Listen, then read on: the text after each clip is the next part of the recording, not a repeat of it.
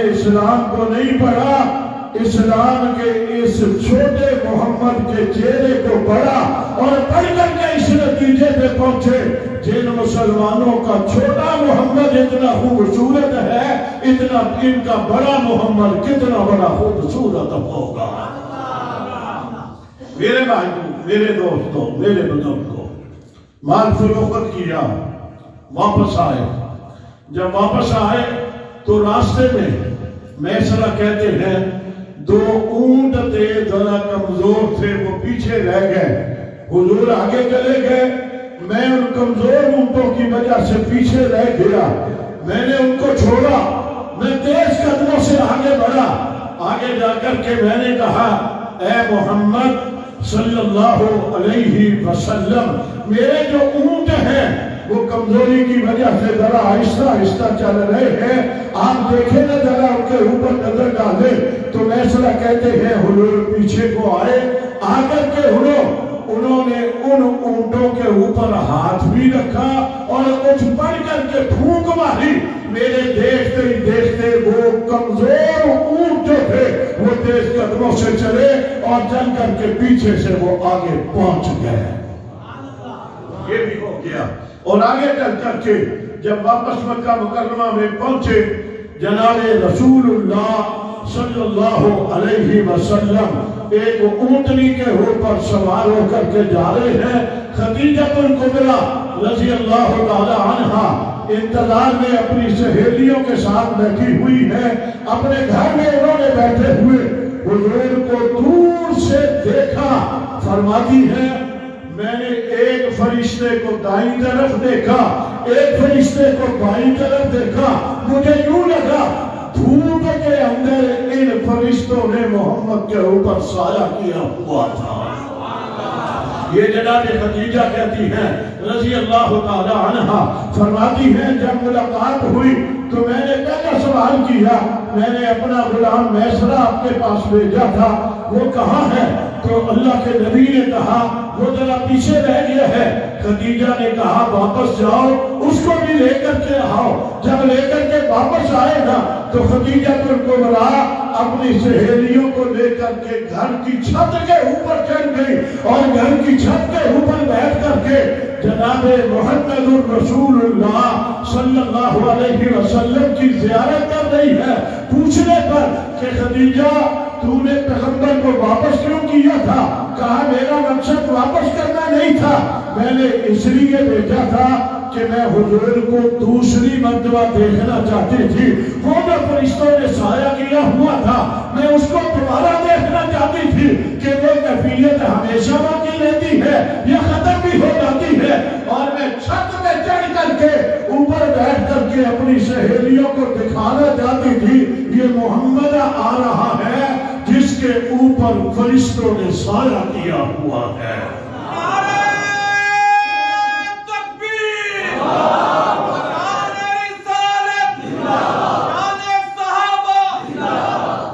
اب وقت نہیں، میں جلدی میں تجارت پہ منافع ہوا دیا جناب خدیجہ الکبریٰ نے، باقی لوگوں کو جتنا معاوضہ دیا حضور کو اس سے ڈبل کر کے منافع حضور کو دیا، لے کر کے گھر میں گئے، ابو طالب کو بتلایا، خوشیوں کا اظہار ہو گیا۔ آگے چل کر کے پھر وہ موقع بھی آیا، کہنے والے نے کہا خدیجہ اس کی 2 شادیاں ہوئی، دونوں خاندوں نے وفا رکھی، اب اس سے لوگ خواہش مند ہیں، بڑے لوگوں نے پیغامات پہنچائے، خدیجہ ہم تیرے سے نکاح کرنا چاہتے ہیں۔ ابو طالب نے پیغمبر سے کہا اگر آپ یہ پیغام بھیج دیں ہمارے گھر کا حالات درست ہو جائیں گے۔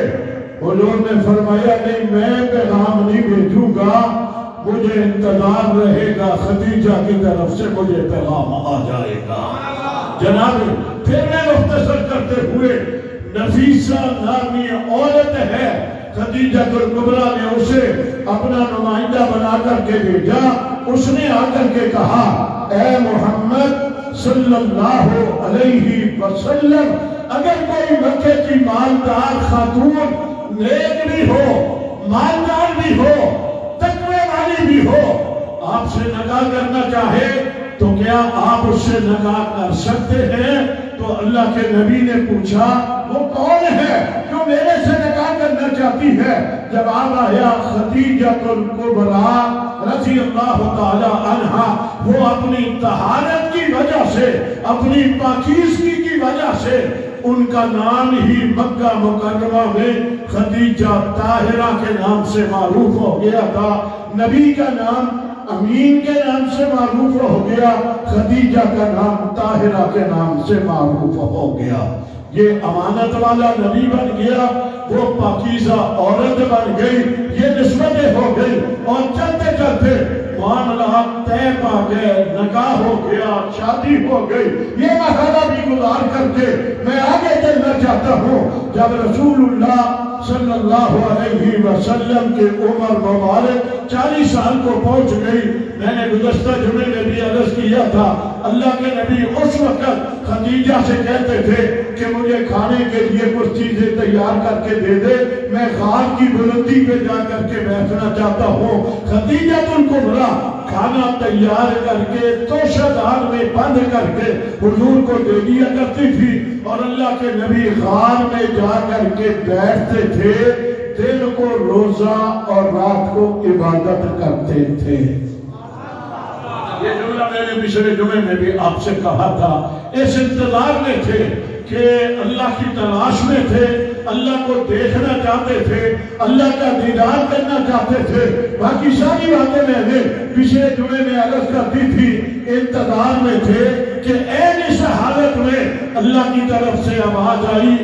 جبریل لبیک یا جلیل، فرمایا جانا میرا محبوب میری تلاش میں کئی دنوں سے گھر چھوڑ کر کے غار میں آ کر کے بیٹھا ہوا ہے، اس کو جا کر کے میرا سلام بھی دے دے اور میرا پیغام بھی دے دے، اور اس کے سر کے اوپر نبوت کا تاج بھی لے جا کر کے سجا دے، اس کو نبی بنا دے، اور قرآن کی پہلی آیت لے کر کے جا کر کے اس کو سنا دے۔ چنانچہ جناب جبریل آئے اور آ کر کے اللہ کے نبی کے سامنے آئے۔ جب سامنے آئے تو آ کر کے کیا کہا؟ اقرأ یا محمد صلی اللہ علیہ وسلم، اے محمد صلی اللہ علیہ وسلم پڑھیے۔ یہ کہا پڑھیے، تو حضور نے کیا فرمایا؟ ما انا بقارئ یا جبریل، جبریل میں تو پڑھا ہوا نہیں۔ پھر کہا، پھر جواب آیا، پھر کہا، پھر جواب آیا، تو اللہ کے حکم سے جبریل نے حضور کو کھڑا کر کے اپنے سینے سے لگایا، اور لگا کر کے ذرا پھر دبایا۔ پہلے سینے سے لگایا، پھر ذرا دبایا، پھر سمجھے کہ یہ آپ لگاتے ہیں نا، سوچ لگاتے ہیں، رابطہ ہو جاتا ہے، بجلی آ گئی، کرنٹ آ گیا۔ جبریل نے نبی کو سینے سے لگا کر کے ذرا دبایا، بس دبانا ہی تھا، کرنٹ آ گیا۔ کرنٹ کے آنے کے بعد اب اللہ کے نبی نے کہا جبریل بتلا میں نے کیا پڑھنا ہے، یہ بتلا میں نے کیا پڑھنا ہے۔ تو قرآن آ گیا، اقرأ بسم ربک الذی خلق، خلق الانسان من علق، اقرأ وربک الاکرم الذی علم بالقلم، علم الانسان ما لم یعلم۔ پہلی 5 آیتیں جبریل لے کر کے آئے، اور ان آیتوں کے آنے کے بعد محمد بن عبداللہ محمد الرسول اللہ بن گئے۔ بس میں یہاں بھی مختصر کرتے ہوئے اپنے مقصود کی طرف جناب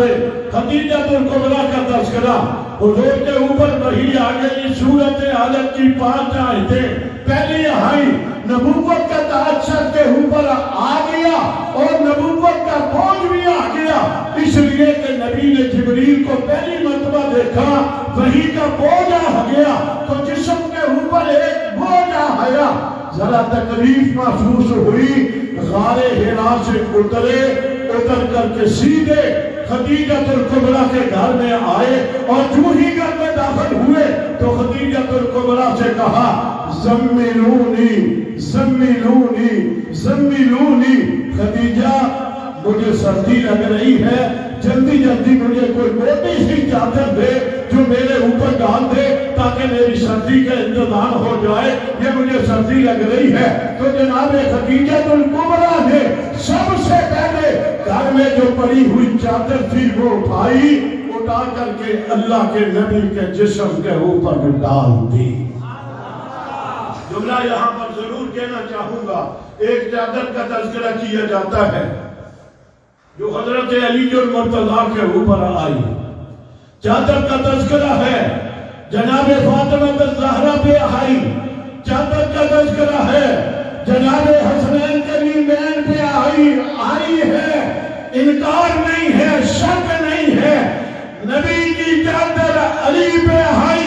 علی کی عظمت کو سلام کرتے ہیں، نبی کی چادر حسنین کریمین پہ آئی، ان کی عظمت کو سلام کرتے ہیں، نبی کی چادر فاطمہ الزہرا پہ آئی، نبی کی بیٹی ہے، اس کی عظمت کو سلام کرتے ہیں، مگر یہ بھی ایک چادر ہے، نبی ابھی نبی بن کر کے آیا ہے، خدیجہ کی چادر سب سے پہلے نبی کے اوپر آئی ہے، یہ پہلی چادر ہے جو نبی کے اوپر آئی ہے، اور وہ چادر بھی اللہ کو اتنی پسند آ گئی، اسے قرآن نے کبھی کہا یا ایھا المزمل قم اللیل الا قلیلا، چادر اوڑھنے والے میرے نبی، چادر کا ذکر اسی چادر کا، یا ایھا المدثر قم فانذر وربک فکبر وثیابک فطہر، فرمایا چادر اوڑھنے والے نبی، چادر کو جناب اتار کر کے اٹھ کر کے کھڑا ہو جا، یہ نبوت والی چادر ہے، یہ پہننے کے بعد بیٹھنا نہیں ہوتا، پھر چلنا ہوتا ہے، اب چلنا ہے، اب بیٹھنا نہیں ہے، اب یہ جو پیغام آ گیا ہے نا، یہ پیغام لے کر کے آگے بڑھنا ہے، تو جناب خدیجۃ الکبریٰ نے وہ چادر دی اور اللہ کے نبی کے اوپر آ گئی، اللہ کے نبی نے تھوڑا سا چادر لے کر کے آرام کیا، اور آرام کرنے کے بعد پھر خدیجہ سے وہی کہتے ہیں زملونی زملونی، اور اس کے بعد جناب خدیجہ کو بتلایا، خدیجہ میں غار کی بلندی پہ تھا، میرے پاس ایک ایسا شخص آیا جس کو میں نے پہلی مرتبہ زندگی میں دیکھا، میں نے کبھی نہیں دیکھا تھا، اس کی کیفیت کا تذکرہ کیا، پھر کہا کہ اس نے یہ آیتیں پڑھی ہے، اقرا باسم ربک الذی خلق، خدیجہ یہ آیتیں بھی اس نے پڑھی ہے، مگر میرے جسم پہ اتنا بوجھ ہے، مجھے لگتا ہے کہیں میرا کوئی نقصان نہ ہو جائے، ان باتوں کا جب تذکرہ کیا تو جناب خدیجۃ الکبریٰ رضی اللہ تعالی عنہا نے اللہ کے نبی سے کہا اے محمد صلی اللہ علیہ وسلم، کلا واللہ لا یخزیک اللہ، فرمایا میں اللہ کی قسم اٹھا کر کے کہتی ہوں اللہ تجھے کبھی رسوا نہیں کرے گا، یہ تو نے کیسے کہہ دیا کہ کہیں میرا نقصان نہ ہو جائے، کہیں میری رسوائی نہ ہو جائے، کلا واللہ لا یخزیک، اللہ تجھے کبھی رسوا نہیں کرے گا، کس لیے نہیں کرے گا؟ جناب خدیجۃ الکبریٰ نے آگے ان باتوں کا تذکرہ کیا ہے کہ ان باتوں کی وجہ سے اللہ تجھے کبھی بھی رسوا نہیں کرے گا، اور یہ باتیں جس کے اندر بھی پائی جائیں گی وہ بھی دنیا میں کبھی رسوا نہیں ہوگا۔ وہ باتیں کیا ہیں وہ ذرا حضرت خدیجہ فرماتی ہے رضی اللہ تعالی عنہ، پہلی بات کہی اے محمد صلی اللہ علیہ وسلم، اس نبی کا ذکر ہے جو بھی نبی بنا ہے، اللہ کو ذرا میں خدیجہ کی عظمت کو سلام کرتا ہوں جس نے سب سے پہلے محمد کو نبی بنتے دیکھا، یارو نبی بنتے دیکھا، میں جملہ یوں بھی کہنا چاہوں گا، خدیجہ تیری عظمت کو لاکھوں کروڑوں اربوں خربوں سلام ہو، ساری دنیا چل کر کے گئی جائے گی نبی کے دروازے پہ، نبی کیا ہے نبی بن کر کے خدیجہ کے دروازے پہ۔ میری مائیں بہنیں بیٹیاں اگر کہیں میری بات سن رہی ہوں، انہیں بھی کہنا چاہوں گا، کئی مرتبہ تمہیں متاثر کرنے کے لیے، اسلام سے دور کرنے کے لیے میں نے پچھلے جمعے آپ کی توجہ دلائی تھی، یہ توجہ دلائی تھی بدر خیال کر لینا۔ خدیجہ کا تذکرہ ہے، خدیجہ کیا کرتی تھی؟ اپنا مال لا کر کے حضور کے سامنے یوں پھینک دیا کرتی تھی۔ یہ بھی حضور فرماتے ہیں صلی اللہ علیہ وسلم۔ ایک موقع پر کہا نا کہ جب حضرت عائشہ صدیقہ رضی اللہ تعالی عنہ وہ فرماتی ہیں کہ میرے اعزازات تو بہت ہیں مگر مجھے کبھی کبھی رشک آتا ہے خدیجہ کے اوپر، اس لیے آتا ہے کہ اللہ کے نبی جب بھی خدیجہ کا نام آتا ہے آنکھوں سے آنسو بہانا شروع کر دیتے ہیں، اس کی محبت کا تذکرہ کرتے ہیں۔ تو میں نے ایک دن کہہ دیا اللہ کے رسول خدمت میں ہم نے بھی کبھی کمی نہیں کی، مگر خدیجہ کا تذکرہ آتا ہے آپ کی آنکھیں نم ہو جاتی ہیں، آپ کی آنکھوں سے آنسو بہنے شروع ہو جاتے ہیں۔ تو اللہ کے نبی نے فرمایا خدیجہ این مثل خدیجہ، عائشہ خدیجہ تو خدیجہ تھی، اس جیسی عورت ہر کوئی تو نہیں بن سکتی۔ خدیجہ وہ ہے جب مکے کے لوگوں نے اپنے دروازے بند کیے تھے اس نے میرے لیے دروازوں کو کھول دیا تھا۔ جب لوگوں نے مجھے دھکے دیے تھے خدیجہ نے مجھے گلے کے ساتھ لگایا تھا۔ جب لوگوں نے اپنا ہاتھ کھینچا تھا خدیجہ نے لا کر کے اپنا مال میرے قدموں کے اوپر نچھاور کر دیا تھا۔ اللہ کے نبی نے تذکرہ فرمایا تو جناب خدیجہ الکبریٰ رضی اللہ تعالی عنہ فرماتی ہیں اے محمد صلی اللہ علیہ وسلم، اللہ ایسے بندے کو کبھی رسوا نہیں کرتا جس میں یہ صفت پائی جاتی ہو۔ آپ کو تو میں نے دیکھا آپ ٹوٹے ہوئے لوگوں کو جوڑنے والے ہیں، جو ٹوٹے ہوئے لوگوں کو جوڑتا ہے، جن میں لڑائی ہو جائے ان میں سلو کرواتا ہے، جن میں اختلاف ہو جائے انہیں اکٹھا کر کے بٹھاتا ہے، لڑنے والوں کو دور ہونے والوں کو قریب کرتا ہے، جس میں یہ صفت ہوا کرتی ہے اللہ اس کو کبھی رسوا نہیں کیا کرتا۔ میں نے بہت سارے واقعات سنے ہوئے ہیں، آپ نے کتنے لوگوں کے اندر دوریاں تھی آپ نے ان کو قریب کر دیا تھا، جن میں دشمنیاں تھی ان میں آپ نے محبتیں پیدا کر دی، جو دور دور ہو کر کے بیٹھے تھے آپ نے ان کو قریب کر دیا تھا۔ اس لیے میں آپ سے کہتی ہوں آپ پریشان نہ ہو، جس میں یہ صفت ہوتی ہے اللہ اس کو کبھی رسوا نہیں کیا کرتا۔ ایک نمبر۔ دوسرے نمبر پر فرمایا کہ جو غریبوں کا بوجھ اٹھائے، جو کمزوروں کا بوجھ اٹھائے، جو غریب لوگوں کا معاون بن جائے، ساتھی بن جائے، اللہ اس کو دنیا میں کبھی رسوا نہیں کیا کرتا۔ اے محمد صلی اللہ علیہ وسلم، میں نے آپ کو کتنی مرتبہ دیکھا ہے، کوئی آ جاتا ہے آپ اس کے ساتھ چل پڑتے ہیں، کوئی مانگنے کے لیے آتا ہے آپ اس کو خالی نہیں لوٹاتے۔ میں نے یہ بھی آپ کے اندر دیکھا جب آپ یہ کام کرتے ہیں جس میں یہ صفت ہوا کرتی ہے اللہ اس کو دنیا میں کبھی رسوا نہیں کیا کرتا۔ اور یہ کہتے کہتے آگے کہا اے محمد صلی اللہ علیہ وسلم، میں نے آپ کو دیکھا ہے آپ چھوٹے لوگوں کو اٹھا کر کے بڑا بنا دیا کرتے ہیں، چھوٹے لوگ ہوتے ہیں آپ ان کو عزت والا بنا دیا کرتے ہیں، جو چھوٹوں کو عزت دیا کرتا ہے وہ کبھی رسوا نہیں ہوا کرتا۔ یوں بھی جملہ کہا کہ آپ مٹی کو اٹھا کر کے سونا بنا دیا کرتے ہیں، جو ایسا ہوا کرتا ہے وہ کبھی رسوا نہیں ہو سکتا۔ اور اگلا جملہ جو فرمایا اے محمد صلی اللہ علیہ وسلم، یہ روزے داروں کے لیے خاص مسئلہ، جو مخیر حضرات ہیں ان کے لیے جملہ فرمایا، اے محمد صلی اللہ علیہ وسلم، اللہ ایسے بندے کو کبھی رسوا نہیں کرتا جس کا دسترخوان ہمیشہ کھلا رہتا ہے اور وہ لوگوں کو اپنے دسترخوان میں بلا کر کے کھانے کھلایا کرتا ہے، لوگوں کو افطاریاں کروایا کرتا ہے، سحریاں کروایا کرتا ہے۔ یہ بندہ کبھی رسوا نہیں ہو سکتا۔